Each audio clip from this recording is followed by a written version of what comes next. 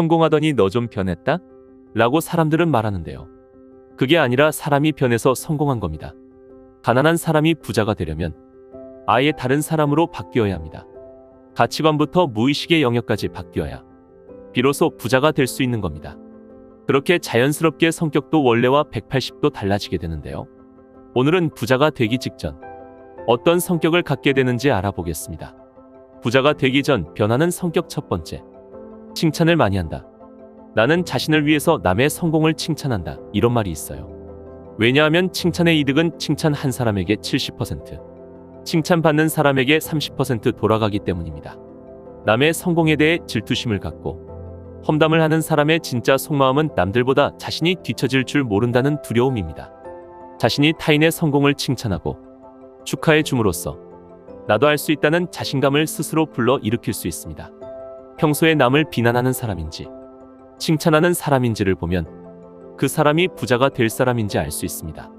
자신이 누군가를 비난하면서 그 사람에게 무언가를 배울 마음이 생기진 않겠죠. 그래서 항상 비난만 하는 사람은 아무것도 배우지 못하는 겁니다.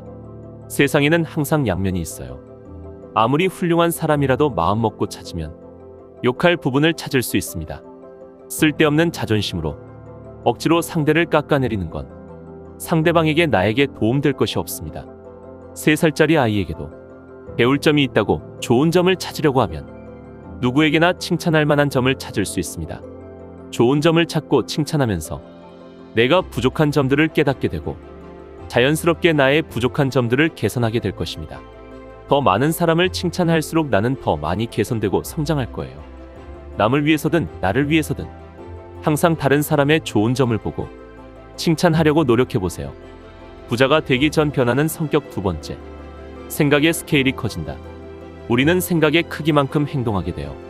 똑같이 지금 원룸에 살더라도 고급 아파트로 갈 수 있다고 믿는 사람은 돈을 모으고 부동산 공부를 해서 기회를 엿보고 노력하겠지만 생각이 현재에 갇혀 있다면 이렇게 사는 게 너무 당연해서 어떠한 특별한 시도조차 하지 않을 거예요. 가난이라는 게 지금 당장 돈이 있고 없고의 문제가 아니라 지금 가진 돈이 얼마나 있느냐가 아니라 생각의 크기가 가능성을 만든다는 거죠. 생각이 닫혀있고 경청하지 못하는 사람은 운이 들어오는 길을 아예 처음부터 막고 있는 것과 마찬가지인 겁니다. 생각의 크기는 그 사람의 가능성의 크기예요.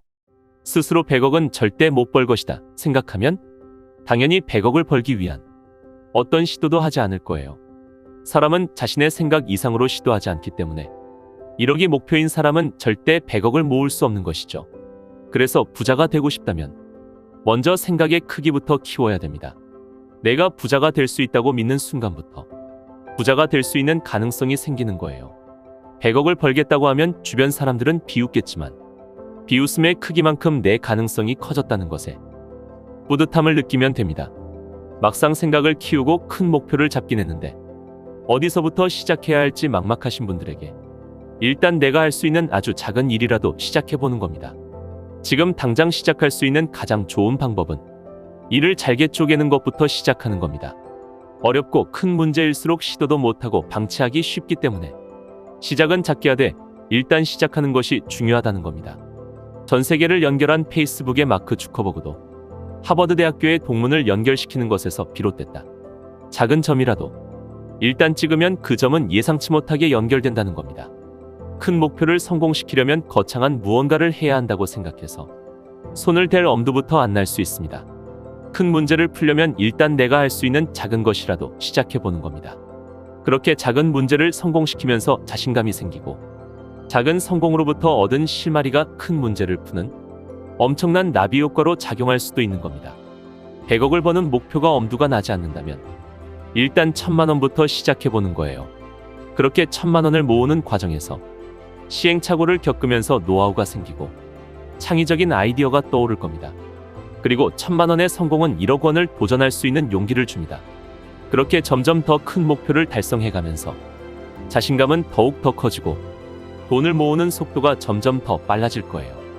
일단 내가 할 수 있는 작은 것부터 시작해봅니다. 일단 시작하면 길이 보일 겁니다. 지금까지 부자가 되기 직전 자연스럽게 변하는 성격에 대해서 이야기해드렸습니다.